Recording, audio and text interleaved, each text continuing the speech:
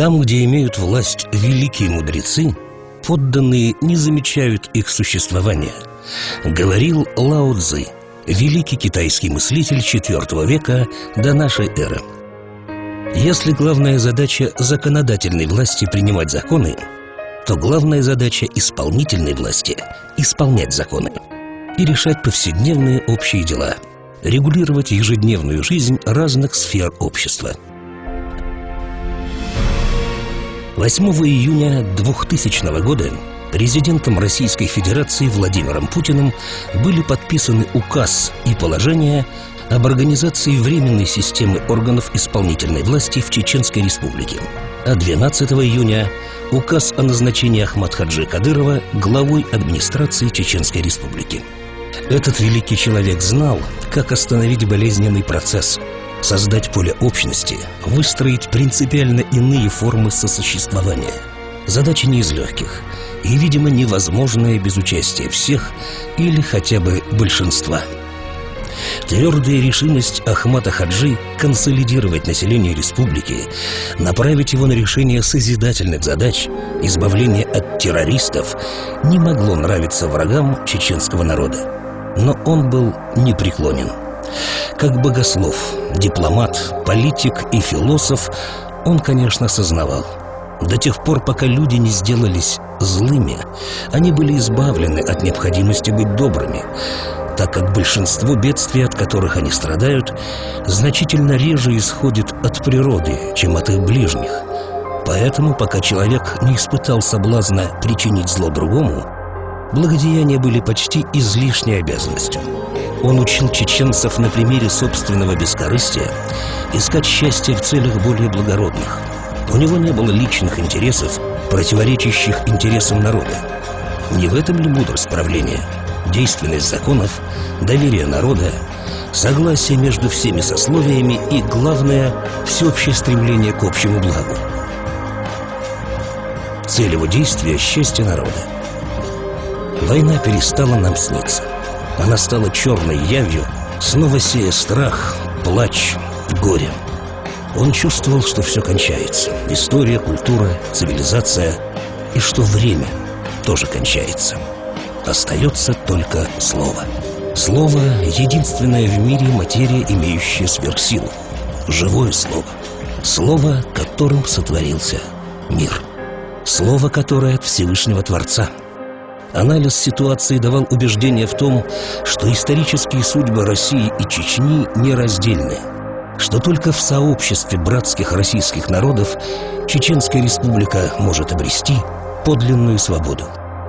Указом президента Российской Федерации от 8 июня 2000 года номер 1071 об организации временной системы органов исполнительной власти в Чеченской Республике была образована администрация Чеченской Республики и упразднено представительство Российской Федерации в Чеченской Республике. Правительство России, согласно этому документу, обеспечивало финансирование и деятельность администрации Чеченской Республики и территориальных федеральных органов исполнительной власти в Чеченской Республике. Оперативному штабу по управлению контртеррористическими операциями на территории Северо-Кавказского региона Российской Федерации предписывалась организация взаимодействия с администрацией Чеченской Республики. К указу прилагалось положение об организации временной системы органов исполнительной власти в Чеченской Республике. Отныне начинается отсчет нового времени российско-чеченских взаимоотношений. Нового, но нелегкого.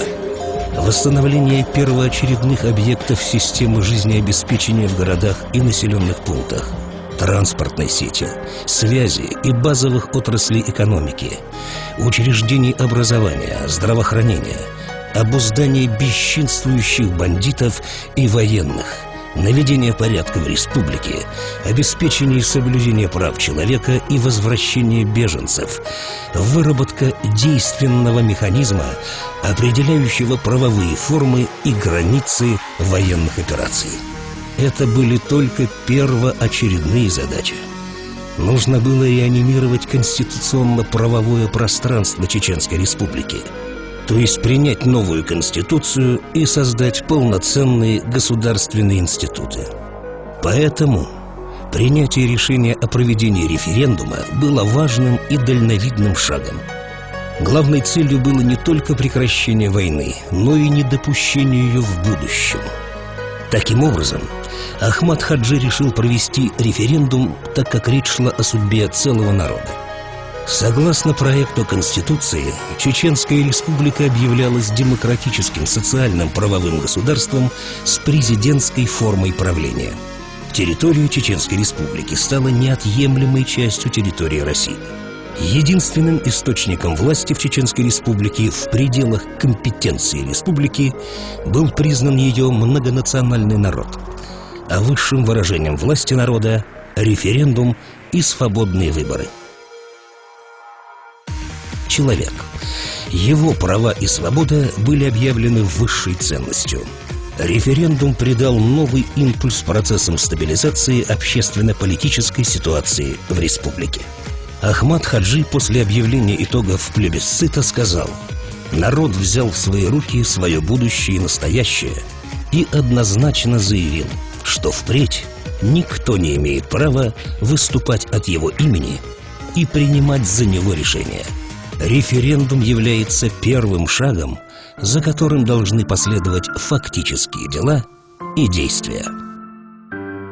8 июня воистину знаменательный день в истории нашего народа. И сегодня, отмечая 15-летие этой даты, мы смело можем сказать: под благотворным воздействием идей Ахмада Хаджи Кадырова нами достигнуты великие успехи во всех сферах жизнедеятельности жителей республики.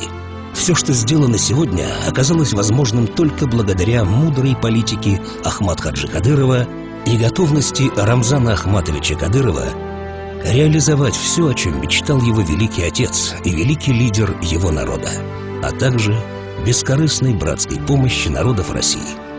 Это дало возможность народам Чеченской Республики приобщиться к строительству достойной жизни, активно участвовать в становлении и развитии народного хозяйства республики и в политической жизни страны, основанной на равенстве, дружбе свободных и равноправных народов.